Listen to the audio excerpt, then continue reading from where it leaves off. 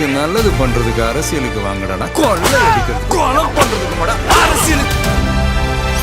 உலக தமிழர்களுக்கு வணக்கம். நான் உங்கள் வெங்கிரத்னம். காலையில இருந்து எல்லாருமே சவுக்கு சங்கர் விடுதலை, சவுக்கு சங்கருக்கு பெயில் கிடைச்சிருச்சு அப்படின்னு பல செய்திகள் அப்படிங்கிறத போட்டுட்டு இருக்காங்க. பட் அதோட உண்மை தன்மை என்ன அப்படிங்கிறத சொல்லிடுவோம். அதை சார்ந்து சில அரசியல் விஷயங்கள் அப்படிங்கிறதையும் நம்ம பேச போறோம். சவுக்கு சங்கர் அவர்களுக்கு இன்னைக்கு ஜாமீன் கொடுக்கப்பட்டிருக்கா அப்படின்னா, ஆமா ஜாமீன் கிடைச்சிருக்கு. அது எந்த வழக்குல அப்படின்னா, போலீசார் கைது செய்ய வந்தாங்க, அவங்கள கல் வீசி தாக்குனாங்க அப்படின்னு சொல்லிட்டு அவர் மீது ஒரு கொலை முயற்சி வழக்கு அப்படிங்கிறது போட்டிருந்தாங்க. போலீசார் பிடிக்க வரும்போது முண்டுனாங்களாம், கல்லை எடுத்து வீசினாங்களாம், அடிக்க வந்தாங்களாம். ஏதாவது சொல்லுவாங்கல்ல, டிசைனா வடை சுடுவாங்கல்ல, அதுவும் திமுக போலீஸ் சொல்லியா தீரணும். அப்படியே உதயநிதி என்ன நினைக்கிறாரோ அதை எக்ஸிக்யூட் பண்ணிடுவாங்க. அப்படி போடப்பட்ட வழக்கு அப்படிங்கிறது தான் கொலை முயற்சி வழக்கு.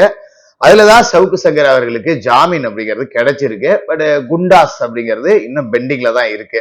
அதனால இப்ப அவரு வெளியில எல்லாம் வரல. நிறைய பேர் அவர் வெளியில வந்துட்ட மாதிரியே மொட்டையா சவுக்கு சங்கருக்கு ஜாமீன், சவுக்கு சங்கருக்கு ஜாமீன் அப்படின்னு மட்டும் சொல்லிட்டு இருக்காங்க. இல்ல, அதே நேரத்துல இந்த குண்டாஸ் ரீவோக் ஆச்சா அப்படின்னா இல்ல.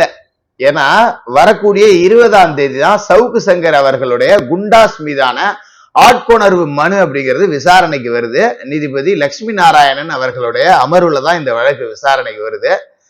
அந்த நீதியரசரை பத்தி உங்களுக்கு நல்லாவே தெரியும். ரொம்ப சரியான ஒரு அலசல் இருக்கக்கூடிய ஒரு நீதிபதி.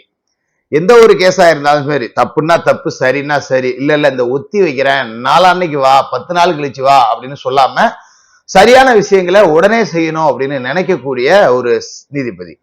அதனால 20ஆம் தேதி சவுக்கு சங்கர் அவர்களுக்கு இந்த குண்டாஸ் உடையக்கூடிய வாய்ப்பு, இல்ல இடைக்கால ஜாமீன் அப்படி மாதிரி ஏதாவது கொடுக்கக்கூடிய வாய்ப்பு இருக்கு. இன்னும் ஒரு 4-5 நாள் இருக்கு. 20ஆம் தேதிக்கு முன்னாடி சவுக்கு சங்கர் அவர்கள் வெளிவருவதற்கான சாத்தியங்கள் இல்லை. வேணும்னா செய்தி வேணா இப்படி பரவிட்டு இருக்கோம். ஏன்னா இன்னைக்கு அரசியல் சூழல் இருக்கும்போது பலரும் சவுக்கு சங்கரை தேடுறாங்க. இப்படி இருக்கிற அரசியல் சூழல்ல சவுக்கு வெளில இருந்தா எப்படி இருக்கும்? சவுக்கு இல்லாம யூடியூபே போர் அடிக்குது. சவுக்கு மட்டும் இருந்திருந்தாருன்னா நிறைய விஷயங்கள் நமக்கு தெளிவா தெரிய வந்திருக்கும். சவுக்கு இல்லாதது ஒரு மிகப்பெரிய குறையா சோசியல் மீடியாவில் இருக்குங்கிறது மறுக்க முடியாத உண்மை. அதனாலதான் இந்த மாதிரியான செய்திகள் அப்படிங்கிறதும் பரவிட்டு இருக்கு. சவுக்கு வழக்கு அப்படிங்கிறது 20ஆம் தேதி விசாரணைக்கு வரும். அப்புறம் பிறகுதான் நமக்கு என்ன அப்படிங்கிறது தெரிய வரும். அதனால இதுதான் ஃபைனல். இதை தாண்டி அதுல ஒன்றும் செய்தி இல்லை அப்படிங்கிறத உங்களுக்கு தெரிவிச்சுக்கிறேன். அடுத்தது முக்கியமான விஷயம். காலையில நான் ஒரு வீடியோ போட்டிருந்தேன். இந்த மாதிரி பாட்டிலுக்கு 10 ரூபா அப்படிங்கிறது அரசு டாஸ்மாக் பணியாளர்களோட சம்பளத்தை உயர்த்தாம இதை தடுக்க முடியாதுன்னு சொல்லியிருந்தேன். இதுல என்ன குறை கண்டாங்கன்னு தெரியல. நீங்க என்ன டிவிக்கு அதுக்குள்ள குறை சொல்றீங்க அப்படின்னு சொல்லிட்டு வராங்க. குறை சொல்றது அப்படிங்கிறது வேற. நான் சுட்டி காட்டுறேன். திமுக ஆட்சியில பாட்டிலுக்கு 10 ரூபான்னு இருந்தது. மக்களோட பார்வையில இப்பயும் பாட்டிலுக்கு 10 ரூபா வாங்குறாங்களே, அப்ப யாருக்கு போவோம் அப்படின்னு உங்களோட தளபதி விஜய் தமிழக முதலமைச்சருக்கு தான் கெட்ட பேர் வரும். எனக்கு ஒண்ணும் இல்ல, நான் பாட்டிலுக்கு 10 ரூபா வாங்கினா என்ன, 20 ரூபா வாங்கினா எனக்கு என்னையா எவனாவது குறை சொல்ல போறான்? எவனும் சொல்ல மாட்டான். அந்த குறை அங்க போயிடக்கூடாதுங்கிறது சில விஷயங்களை சுட்டி காட்டுறோம். அந்த ஊழியர் இப்ப கூட ஒரு அதிரடி உத்தரவு போட்டிருக்காங்க, பாட்டிலுக்கு கூடுதலா பணம் வாங்க கூடாது அப்படின்னு சொல்லிட்டு. அதை நான் வரவேற்கிறேன். ஆனா இது நிரந்தரமா, அதாவது குப்பை அப்படின்னு ஒண்ணு இருந்ததுன்னா அதை அப்புறப்படுத்தி அள்ளி கொண்டு போய் வெளியில கொட்டணும். சும்மா மேலாவ மூடி வச்சுட்டு வீடு சுத்தமா இருக்குன்னு நினைச்சிட்டோம்னா அது முட்டாள்தனம். அதுக்காக தான் சொல்றேன், இந்த பணியாளர்களுடைய ஊதியத்தை உயர்த்தணும், அவர்களுக்கான பணி பாதுகாப்பு, ஊதிய உயர்வு அப்படிங்கிறதெல்லாம் கொடுத்துட்டா ஆட்டோமேட்டிக்கா யாரும் இங்க 10 ரூபா வாங்க போறது கிடையாது. அதை செய்யணும்னு நான் ஒரு டீகோட் பண்ணி காமிச்சதுக்கு இல்ல நீ அதிமுக காசு வாங்கிட்டு பேசுற, நீ எடப்பாடியோட கைகூலி, அப்ப இத்தனை நாளா நான் டிவிக்கு சப்போர்ட்டா பேசிக்கிறேன், அப்பெல்லாம் நான் டிவிக்கு கைகூலியா இல்ல விஜய் அவர்கள்ட்டயோ ஆதவர்ஜுனாயிட்டயோ புஷி ஆனந்திட்டயோ காசு வாங்கிட்டு பேசுனா? அது என்னப்பா உங்களுக்கு ஆதரவா பேசினா மட்டும் நடுநிலையா பேசுறேன்னு அர்த்தம். சில விஷயங்களை சுட்டி காட்டினா அவன்கிட்ட காசு வாங்கிட்டு பேசுற, இவன்கிட்ட காசு வாங்கிட்டு பேசுறேன்னு அர்த்தமா? இந்த மாதிரிதான் எகத்தால கருணாநிதி பேசி திமுகவினர் அழிஞ்சு போனாங்க. அவங்கள பத்தி பேசினாலே கமெண்ட்ல கடிப்பாங்க. மனநிலையை மாத்திங்க. இத்தனைக்கும் சுட்டி காட்டுறேன். நான் ஒரு குறையாவே சொல்லல. குறை சொன்னா நான் என்ன ஸ்டைல்ல சொல்லுவேன் அப்படிங்கிறது என் வீடியோவை தொடர்ந்து பார்த்துக்கிட்டு இருக்க உங்களுக்கு தெரியும். அது மாதிரி இந்த 21 வயது உள்ளவங்களுக்கு சரக்கு விற்க கூடாது அப்படிங்கிறது ஏற்கனவே நடைமுறையில இருக்கு. அது தீவிரமாவும் இருக்கு. அதை இப்ப போட்டிருக்காங்க அப்படிங்கிறது ஏற்கனவே உள்ள நடைமுறை தானே. என்ன தெரியுங்களா, 21 வயசுக்கு கீழே உள்ளவனுக்கு சரக்கு கொடுக்க மாட்டாங்க. ஆனா நீங்க எந்த டாஸ்மாக், நான் பொய் சொல்றேன்னு வேணாலும் நீ நினைச்சுக்க, நேரா போய் பார்த்துக்க. எந்த டாஸ்மாக் கடை வாசலுக்கு போனாலும் குடிக்கு அடிமையான ஒரு 2-3 பேர் நிப்பானுங்க. 5 ரூபா இருந்தா கொடுங்க சார், 5 ரூபா இருந்தா கொடுங்க. 5 ரூபாயா பிச்சை எடுத்து குடிப்பான் அவன். அந்த அளவுக்கு அவன் அடிமை ஆகிட்டான்.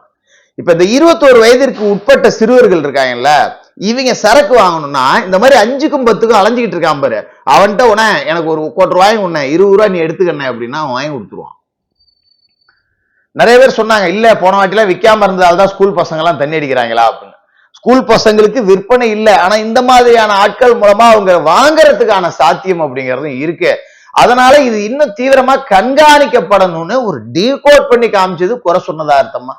நான் ஏற்கனவே சொல்லியிருக்கேன், குறை சொல்லப்பட போறது இல்லை. ஆனா இந்த மாதிரி சின்ன சின்ன விஷயங்களை டீகோட் பண்ணி காட்டுறது கூட குறை அப்படின்னு நீங்க நினைச்சீங்கன்னா, நானும் உங்கள் விஜய் உயிரென வரவா அப்படின்னு பாட்டு மட்டும்தான் போடணும், வேற எதுவுமே பேச முடியாது. ஏன்னா இப்ப திமுக அப்படிங்கிறது ஒரு தீய சக்தி, அதை ஆட்சியில இருந்து அப்புறப்படுத்தியாச்சு. அது ரொம்ப சந்தோஷம், அதை தாண்டி பெரிய சந்தோஷங்கிறதே இல்லை. ஆனா நாம இன்னும் அவங்களையே போய் டெய்லி குறை சொல்லி பேசிட்டு இருக்க முடியுமா? கொஞ்சம் யோசிச்சு பாருங்க. மக்கள் தண்டனை கொடுத்து தூக்கி வெளியே போட்டாங்க, என்ன ஆண்டு கிழிக்கிற அளவுக்கு உனக்கு லட்சண கருணாநிதி இல்லைன்னு ஒதுக்கி வச்சுட்டாங்க. மறுபடியும் போய் நம்ம அவையில நோண்ட முடியுமா?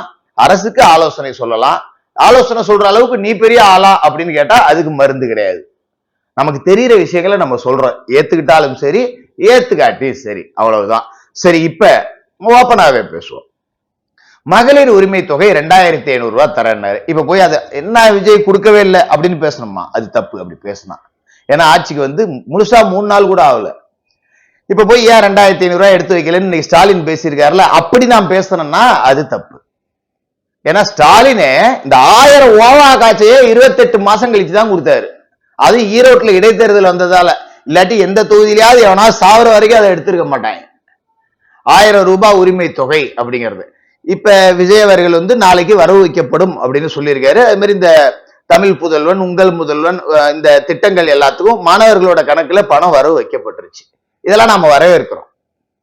பரவாயில்ல, ஏற்கனவே இருந்த திட்டங்களா இருந்தாலும் ஒரு பெரிய காழ்ப்புணர்ச்சி இல்லாம அதை கண்டினியூ பண்றாரு அப்படிங்கிறத நான் வரவேற்கிறேன். இன்னைக்கே போய் அதெல்லாம் முடியாது, எனக்கு 2500 ரூபாய் கொடுக்குறேன்னு சொன்னேன், நாளைக்கு 2500 ரூபாய் கணக்குல வரணும், நாளான்னைக்கு சிலிண்டர் வந்து ஃப்ரீயா வீட்டுல இறங்கணும் அப்படின்னு பேசணும்னா அது முட்டாள்தனம். போதுமான அவகாசம் கொடுக்கணும், அதையெல்லாம் நான் ஏற்கனவே உணர்ந்துதான் சொல்லியிருக்கேன். ஆனா இந்த மாதிரியான சின்ன சின்ன விஷயங்களை டீகோட் பண்ணி பாசுறது குறை அப்படின்னு நினைச்சீங்கன்னா குறை என்கிட்ட இல்ல, கேட்கிறவங்க கிட்டதான் இருக்கு.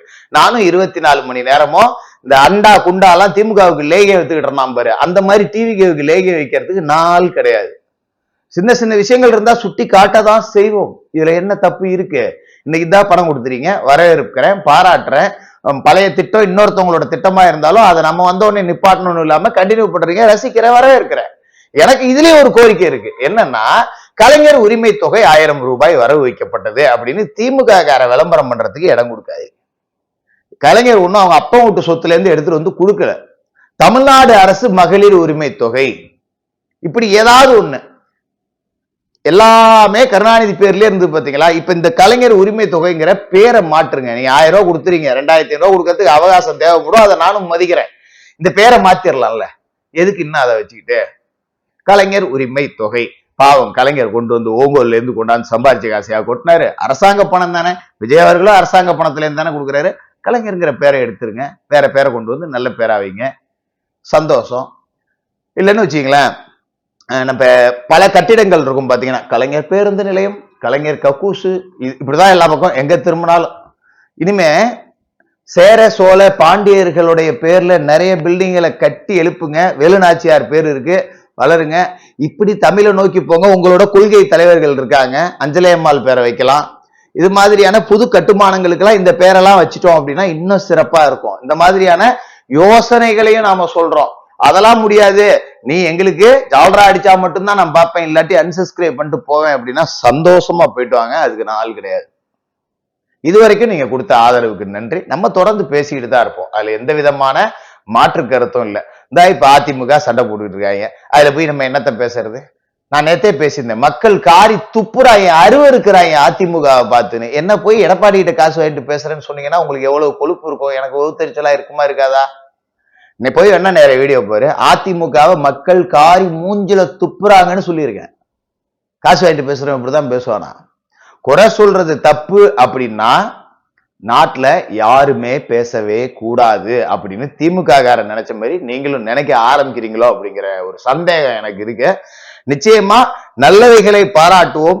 குறுகிய காலகட்டத்திற்கு ஒரு 3 மாத காலத்திற்கு தவறுகள் நடந்தால் சுட்டி காட்டுவோம். 3 மாசத்துக்கு பிறகும் தவறு நடந்தால் அதை எதிர்த்து கேள்வி கேட்பேன். திமுகவை எந்த அளவுக்கு கேட்டோமோ அதுல சற்றும் குறைவில்லாம இப்ப இருக்கக்கூடிய அரசையும் நான் கேள்வி கேட்பேன். கேட்க வேண்டாம்னு கேட்க கூடாது அப்படின்னு நினைக்கிறவங்க தாராளமா அன்சப்ஸ்கிரைப் பண்ணிட்டு போலாம். இல்ல பேசுங்க அப்படிங்கிறவங்க மட்டும் என் கூட தொடருங்க. ஒரே ஒருத்தர் வீடியோ பார்த்தாலும் சரி, ஒரே ஒரு வியூ போனாலும் சரி, நான் தொடர்ந்து பேசிட்டு தான் இருப்பேன். தொடர்ந்து பேசுவோம்.